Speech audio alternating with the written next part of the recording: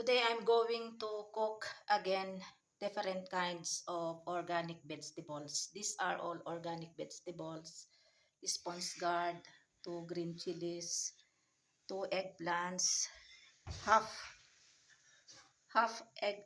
bitter gourd, sorry, string beans, G1 garlics, onions, and corns. Also cherry tomatoes. So just only saute this one and season with soy sauce and salt. So we'll start now to saute because oil is already hot.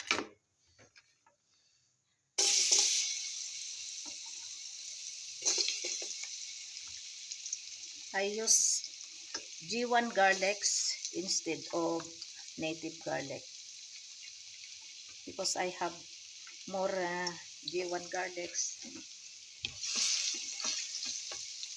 So I use this G1 garlic. Now next we can put now also these onions. Mikos-mikos na loto.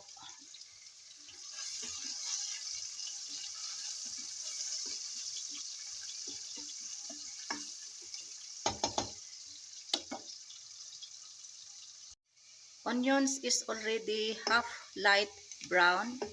So we'll put now these slices of cherry tomatoes.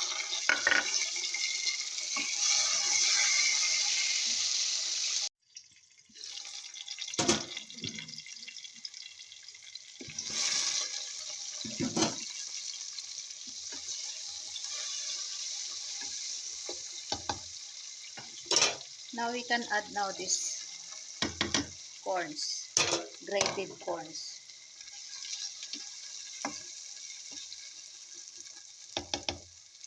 And also this sitaw or string beans.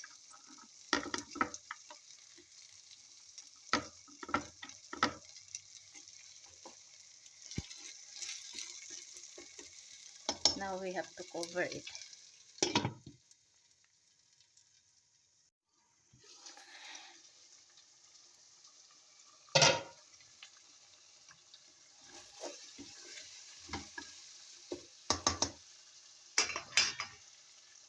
Now we can add now also this bitter gourd or Krili ampalaya.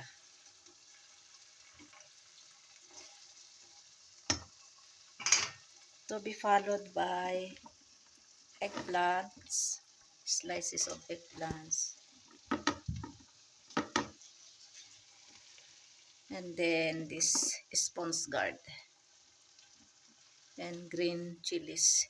This green chilies is not spicy, not hot.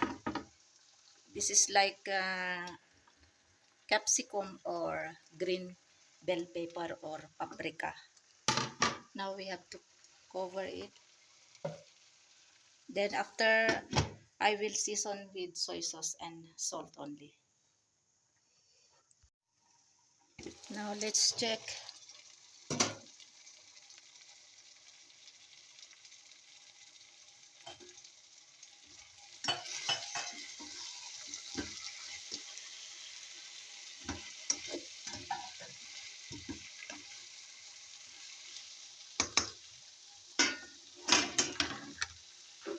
Now season with soy sauce.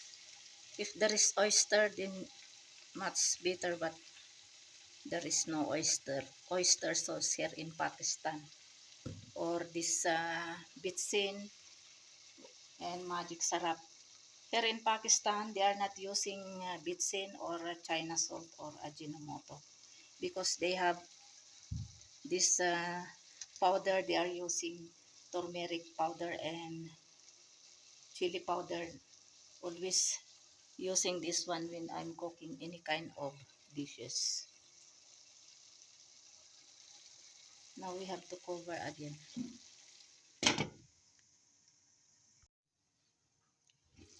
Now we'll check. I think this is already cooked.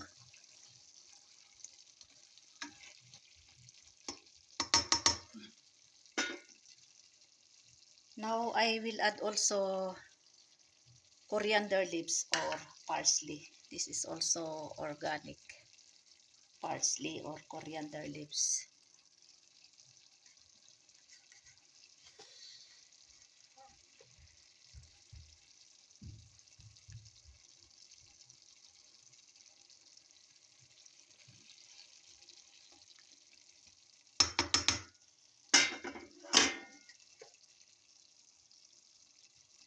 We'll cover again, then after 1 minute, then we have to turn off this flame.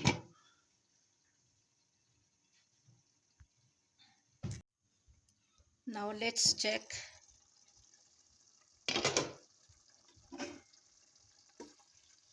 So this is already cooked and taste is okay, not too much salty and yung matabang ba. It's okay. So they can eat also this one because I did not I'm planning to add yung ano ba yung hibi, yung dried small hipon, but I'm sure they don't like, so just I saute like this. So they will eat also this one because these are all organic vegetables. And yesterday I cooked mixed vegetables, green leafy vegetables, and with potatoes. These green leafy vegetables also are organic, like this coriander leaves, rosemary, and this Chinese pichay. So this is only little here because last night we eat also for dinner, and this is for lunch. So they will eat also this one. And I will cook also rice because this is good for rice, and for them is chapati. So I will turn off now the flame because I will cook now rice also.